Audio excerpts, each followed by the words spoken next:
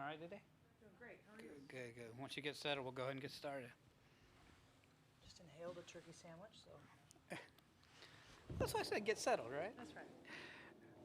All right, as a reminder, make sure to silence your cell phones. No flash photography is available or live streaming of video. For those on Zoom, make sure to raise your hand. We'll try to get you in as well. But first, we're joined by Coach Roberts from Utah. Coach, can you give an opening statement? Yeah.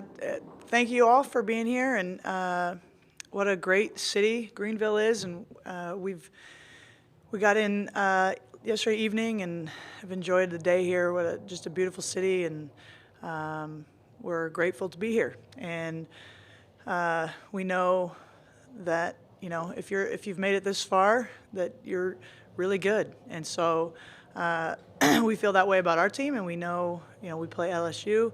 We know how good they are. So we're looking forward to the challenge, and we'll be up to it. Questions? Right here in the middle.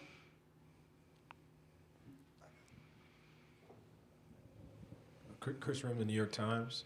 What do you think of this regional format with the two sites and kind of AAU, I guess, feel to it with everyone here? Do you think it's a good step for the game, or do you think it should be changes closer to the way they do it on the men's side?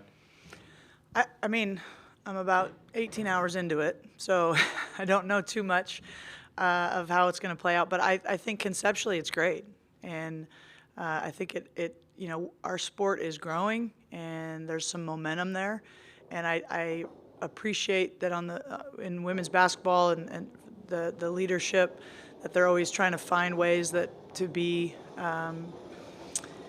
growing our game, and in terms of getting eyes on it, fan support. The site, the homeschool sites is the best attendance yet for those first and second rounds. So I think that conceptually that's what we're trying to go for, and I think we're at a stage with our game where the more exposure we can get, the more people get involved and get behind it. So I think I mean today I like it, so we'll see. Pete, in the back. Hey, Pete Iacobelli with the Associated Press. Lynn, two quick ones. What makes Alissa such a good player, and have you taken a look at how you're going to slow down LSU and some of their weapons? I don't know that I have enough time to go into either of those questions, but particularly the Alissa one, I think if you just watch her, you're going to see just the physicality and the physical stature that she has. All season long, I've been calling her a unicorn because she's just so unique. She's really athletic and fast and explosive, great hands, but she's also powerful and strong, and it's a tough matchup for anybody. She's shooting 40% from the three. So it's like, who do you put on her? If you go one-on-one in the post, she converts. She's incredibly efficient. We've got kids that can shoot around her, so that helps her too. You kind of got to pick your poison. But I've been so proud of her. She's had just a great season. She's been incredibly consistent, which is hard to do when the other team is game planning to stop you. To continue to be efficient and consistent speaks to just how good she really is. In terms of LSU, they're good, and I don't need to sit here and tell anybody that. They are. Everybody already knows that. They're explosive. They're athletic. They've got some tremendous athletes. We definitely have a game plan, but we're going to have to be able to make adjustments as well as the game goes, and as both teams start to feel each other out, and just see how it goes. Questions? Right here, the back left. Hey, Lynn, Chantel Jennings with The Athletic. Nice to see you. Hi. This isn't a game-specific question, technically, but there's a lot of transfers who are kind of starring for both teams. And I'm curious for you as a coach, how does the transfer portal, big picture, kind of change the way you think about roster construction? We don't have a ton of them. We've got a couple, yeah. But, I think, as my grandfather always said, there's 101 ways to skin a cat. Like, whatever works for you can work. It doesn't make one way better than the other. For me, personally, I don't necessarily want a roster of transfers, but I think it's a great, if you can fill a gap or if you see a need, it's a great opportunity, resource to do that. I think, the whole portal thing it is what it is. It's not going away. And some coaches are, against it, and it's here and it's not leaving. And so I think as a coach, you have to adapt. And so we'll use it when we need to. But I think philosophically, I'd prefer to recruit freshmen that you can develop and that you have for a while. But sometimes, you need to fill a gap, and I think the portal's great for that. But for me, too, in our program, I'm fiercely protective of our culture and the type of kids that we have in our program. I'm incredibly proud of them. They're just awesome, awesome people.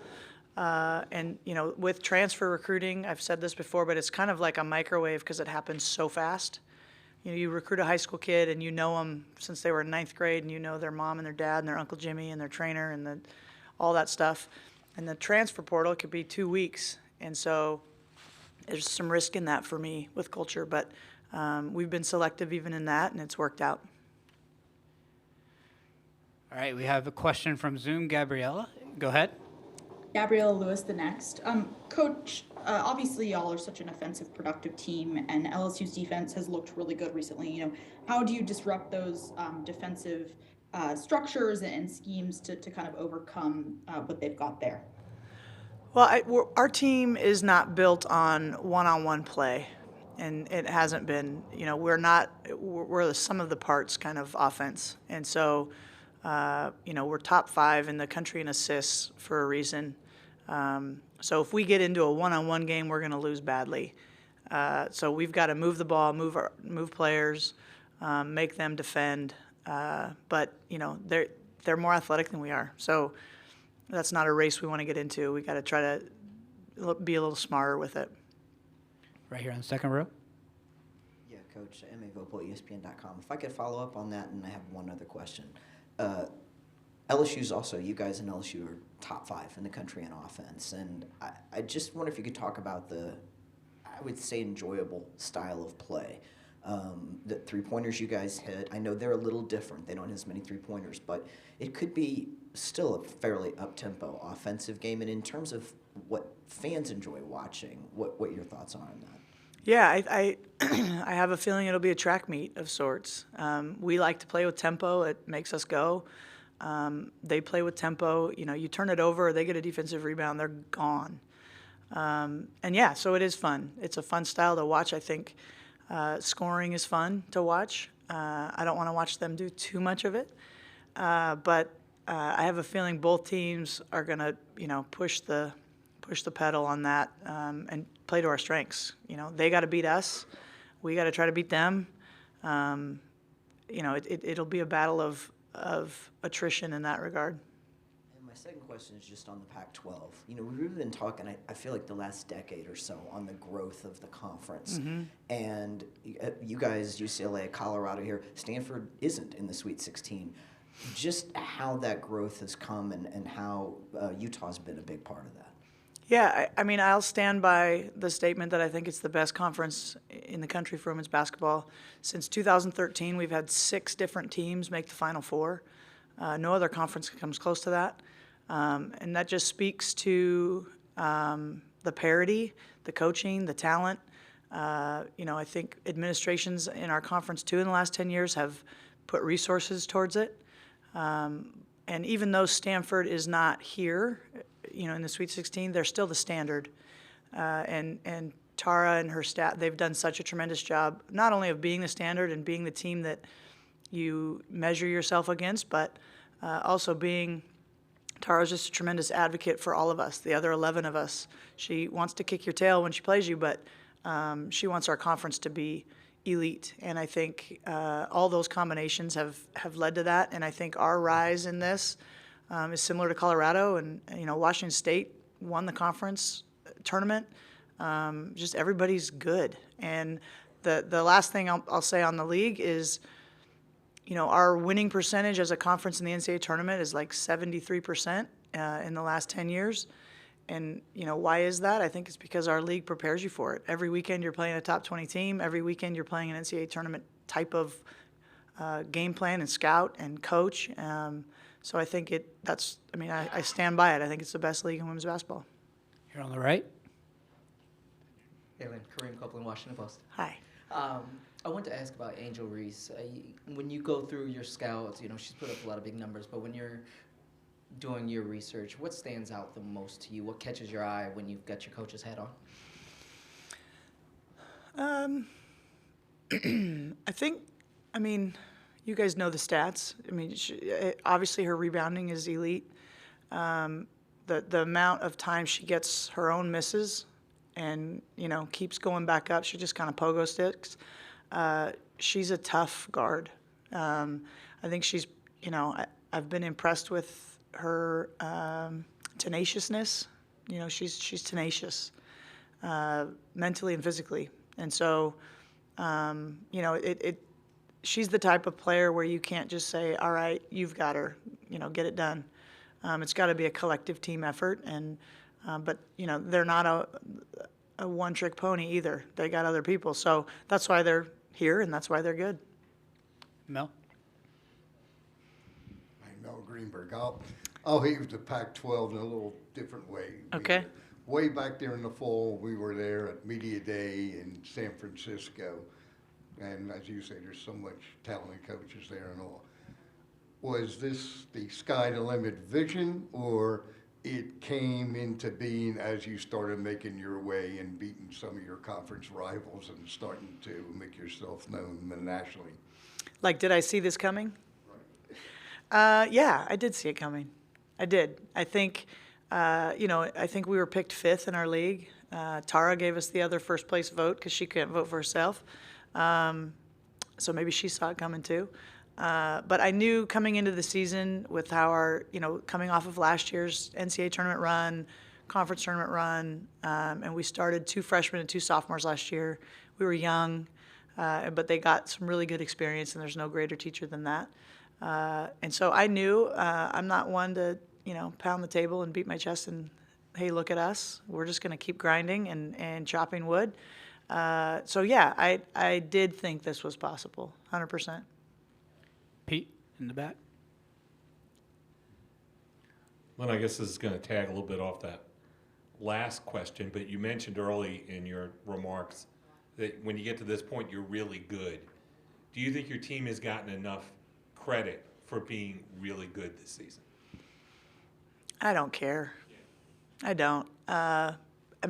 Probably not, but no one in our locker room cares. We'll compete and play and keep doing what we do, and all that stuff doesn't really matter.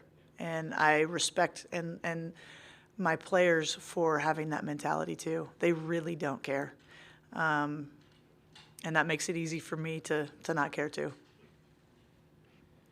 Got another question from Zoom. Gabriella from the Next again. As much as LSU maybe has not seen glory as of super recently, Kim Mulkey is such a historic coach in women's basketball. What's it mean to be going up against her in the Sweet 16 and just everything she's done for the game? Yeah, I don't need to sit here and read off her resume and all the things that she has accomplished. I think she's been a great personality for our sport. I mean that in the best way. I think people have been drawn to her, which draws people to our sport and gets exposure. So yeah, I'm looking forward to, as a competitor, I'm looking forward to competing against her. Couple last questions right here, and the second to last will be here. Marissa Sisker, Hoop Stats. You described the game on Sunday as a rock fight, and now you're turning around and going to have to kind of play what you call as a track meet. Is there anything you have to do special, or is your team just kind of ready, and especially with the track meet being more your style, is that a little easier? I don't know if it'll be easier, but yeah, and I think when you make it this far, and the other 15 teams in this tournament left, there's going to be games where you have to adapt. And the Princeton game, I was very impressed with Princeton. Man, they were tough, and we didn't shoot it well. We turned it over too much. they got more shot attempts than we did, and we found a way to win. I think that's just a credit to us knowing how to win at this point. So I don't anticipate tomorrow to be a slugfest like that, slow and shot clock grind and all that kind of thing. But maybe it is. I don't know. But we'll be ready, whatever it is. And I think our players are most confident when it's, when we can get out and go. But we'll adjust to whatever it is they're doing. Final question here. Yeah, Michael Cobble from WBRZ in Baton Rouge. I was just curious, and you kind of answered it, but just your thoughts on the job that Kim's done in year 2 of being at LSU, and how much maybe has the portal helped accelerate that?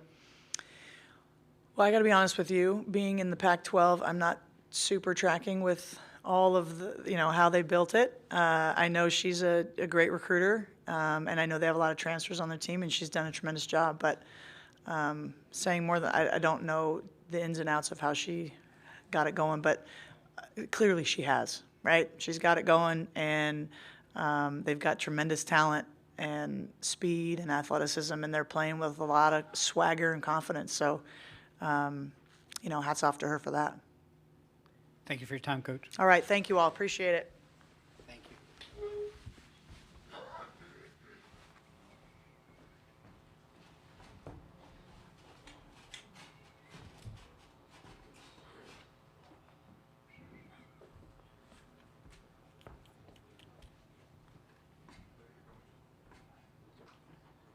Chase, they added one more. They got 3 now.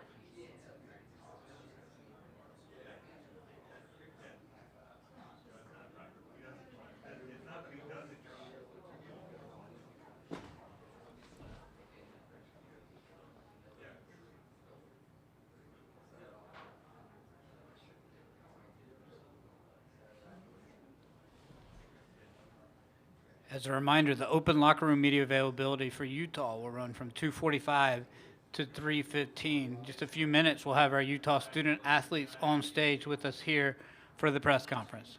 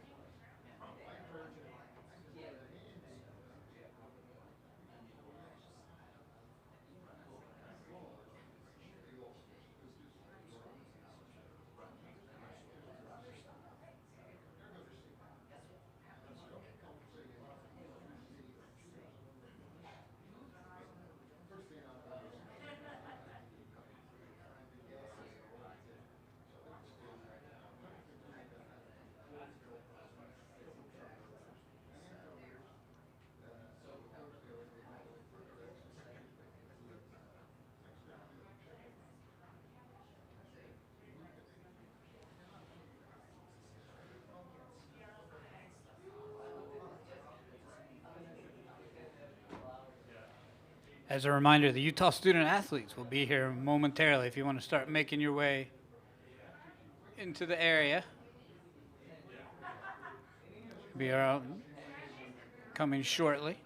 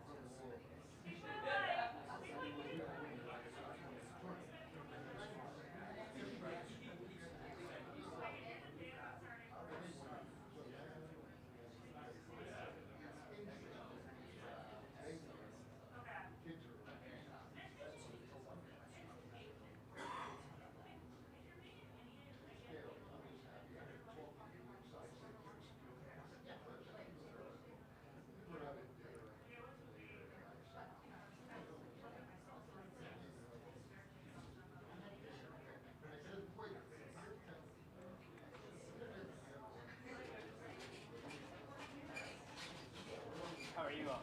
Good. How are you? Obviously, sit by your name. And she'll get settled. We'll get started. All right, we're going to get started in just a second. As a reminder, please silence your cell phones. Obviously, no flash photography in here or streaming of live video. For those on Zoom, make sure to raise your hand and we will take a question. In fact, we're going to start with a Zoom question here from Gabriella. Go ahead. Gabrielle Lewis, the next. This is for any of you, but obviously y'all are an offensive, productive team, and LSU has been playing really great defense recently. You know, how do you disrupt some of those defensive schemes and kind of overcome that?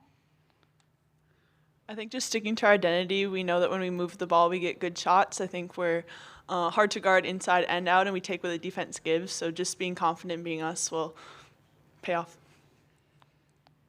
Kennedy, anything you want to add, Alissa? I agree. Just kind of sticking to our principles and just being who we are, like Jenna said. And I think the shots will come if we just continue to do that. All right, questions as a reminder, make sure to state your name and your affiliation, and we'll get you a microphone. Questions? Pete in the back. And obviously directed to student athlete as well. Pete Iacobelli, Associated Press. Alissa, you've had a remarkable season so far. How have you stayed kind of mentally fresh and not kind of let what you've already accomplished get in the way of what you have to do going forward? I think just the type of person I am, how I was brought up, I'm very humble, I would say. So I just kind of stay level-headed and just don't let all the accolades get to my head or put any extra pressure on me. So I just go out there and do what I know how to do. Questions? Right here up front. Hi, Alissa. Jacques Doucet, WAP-TV in Baton Rouge. I saw a story that our station in Anchorage had done on you, and I think your father said that she's 6'2", but she's more like 5'11", or 6 feet with shoes on. So how do you play the position in the post and go up against people bigger than you and score the points you do and have the success that you do? I think it's a lot to do with just my agility and body control and just knowing how to use my body to my advantage and my strength. Separation is big in my game, I think. So just using that and being physical with bigger players also helps me score and get around defenders. Pete in the back. This is for all the players or whoever wants to answer. I mean, how have you kind of managed the expectations as the year's gone on? Do you feel like more is expected of you guys at this level, even though it might be a little bit new for the team? I'd say yes and no. I think we're a competitive bunch, and we put expectations on ourselves. Obviously, going into the season, we wanted to, win the Pac-12 and then go on and go as far as we can in the NCAA tournament. So I think a lot of those expectations are maybe more so just put on ourselves. I think we also definitely have an underdog mentality. We're a very hungry team. We want to be very successful. So I don't think necessarily the expectations of the outside world or whatever you want to say get to us as much as just us being competitive and wanting to succeed.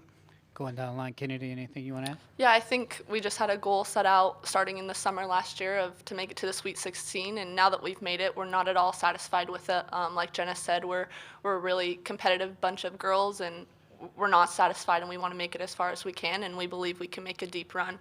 So just continue with that underdog mindset and not be satisfied. Alissa, anything you want to add that cover it? Yep. Questions? Pete in the back, and then we'll go up front. Sorry. Again, for any of you who want to answer, do you feel like this team has gotten the attention and respect it deserves nationally for what you've been able to accomplish so far? I think as the season has gone on and we've proven these things by winning games and just competing at such a high level, we've definitely gotten some of that attention. But I still think how these guys said we have that underdog mentality. I still think there's a lot of people out there who think we, maybe don't belong at this level or that we can't compete at this level. So I think just staying hungry and continue to prove what we can do is just going to get us far. Yeah, just to add to that, I think we are still flying under a lot of people's radars, which is fine with us. We love that underdog mentality. We love being the hunter. So it's nothing new for us, and just continuing to prove people wrong, and the ones that believe in us, well, we've got your back. So just keep emphasizing on that and going as far as we can. Nailed it. You good? Yes. She agrees with it. Up front. Alissa, it's obviously a team game, but everyone's gonna be talking about the matchup with Angel down low. What kind of challenge is she in terms of what she can do as a rebounder and a scorer? Yeah, that will definitely be a challenge for us, and I think we're a great rebounding team when we really focus on it. And I think we've been super locked in practice to just limit their second chances because she is a great rebounder, she's a great player. So just sticking to the game plan and staying locked in on it, and then translating it to the game will, we'll just be successful if we do that. Got time for a couple more questions. Any more questions? Thank y'all. Thank you. Good job. Thank you.